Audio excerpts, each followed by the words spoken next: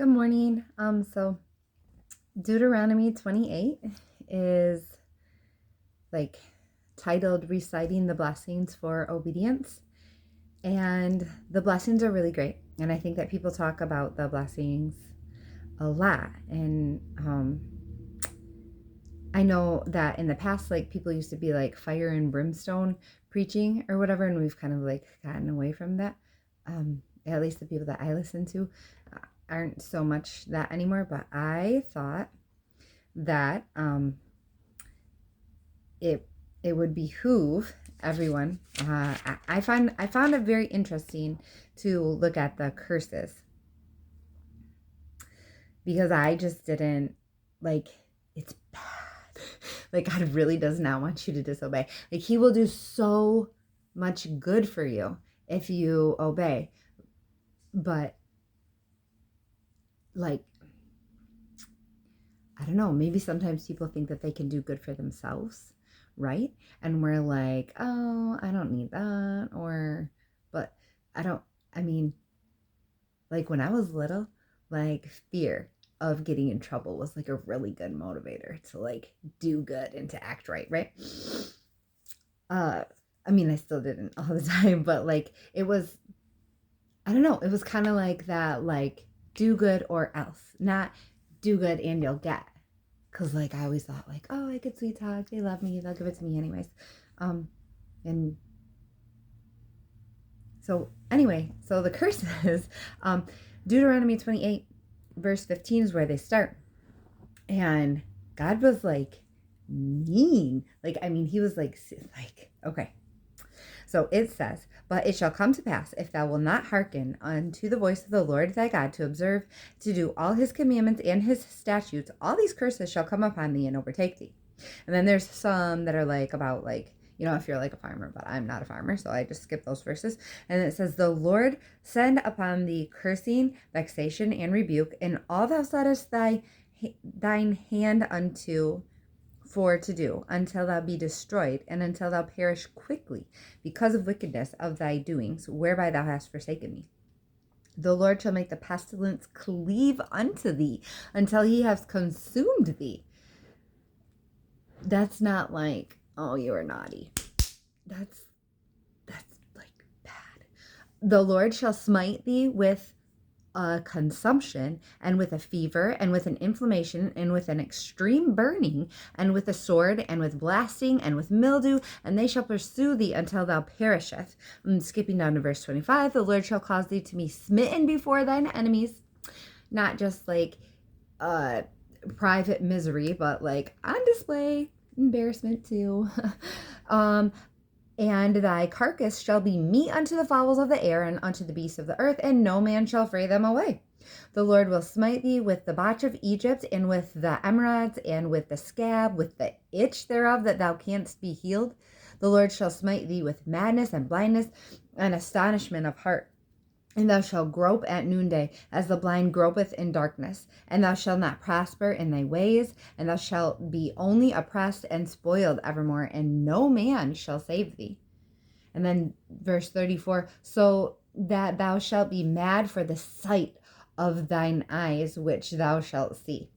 So, like, in verse 29, you're going to be, like, groping around, because you're not going to be able to, like, see what you want to see. But then what you are going to see is going to be so horrific that it's going to make you go crazy. And then the Lord shall, well, that's how I'm interpreting it anyways. The Lord shall smite thee in the knees and in the legs with a sore botch that cannot be healed, from the sole of thy foot to the top of thy head.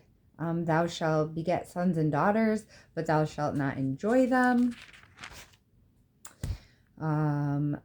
Then the Lord will make thy plagues wonderful, and the plagues of thy seed, even great plagues, and of long continuance.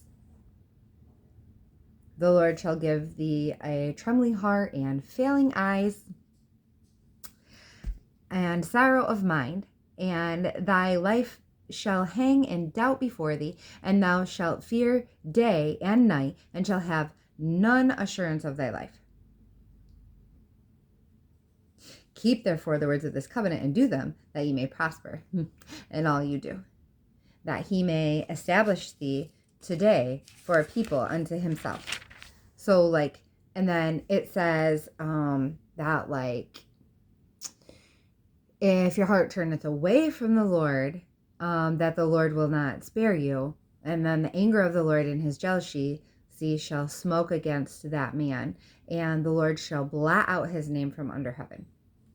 So, but God is merciful.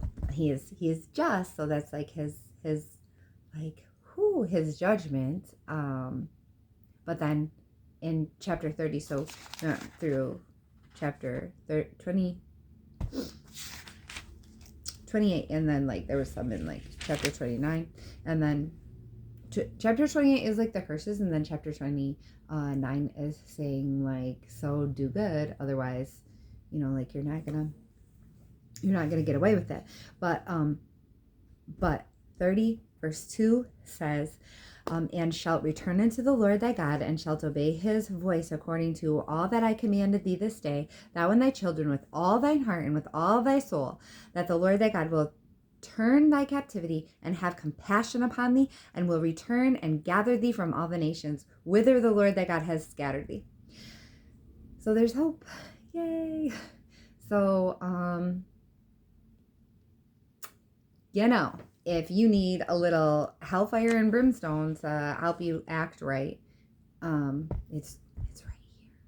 If you are motivated by blessings, then hey, blessings for obedience. But if like just having God with you all the time, and being the head and not the tail, and being above and not beneath, and being the lender and not the borrower, if that is not enough for you to motivate you to walk the straight and narrow, then if you don't, there's all these things that will happen to you. So it's kind of like, there was this one spot. Shoot, sorry. I gotta find it again. Because when I said it's kind of like be good or not, and then like it's very okay. So right here in Deuteronomy 30 verse 19, it's just like I said before you, life and death, blessing and cursing. Therefore choose life, and both thou and thy seed may live. So like God is giving you the choice. And he is such a wonderful and good and loving father that he is telling you like, hey, if you do this, you get all of this goodness. And if you don't, if you want to go your own way, then you may. I'm not going to make you love me. I'm not going to make you serve me. But I am also going to have all these horrible things happen to you because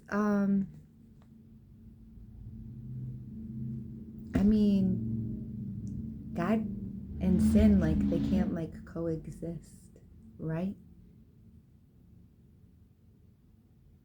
There's no serving two masters. It's very, like, clearly it says life or death. It's not, you can't have both. So I hope that was helpful to you. It was helpful to me. Not that, like, it's new information, but I guess if I heard it before, when I heard it before, it didn't stick like it did this time, and hopefully it can be good for you guys to have heard it too.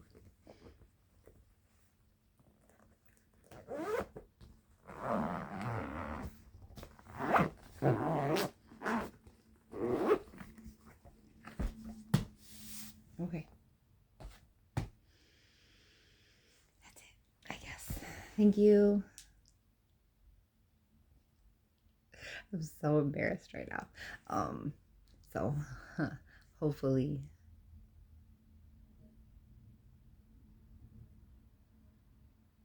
I don't know. Hopefully I learn how to like do video editing and can edit that last part out. And yeah, it was 10 minutes. So it's not a huge portion of time, but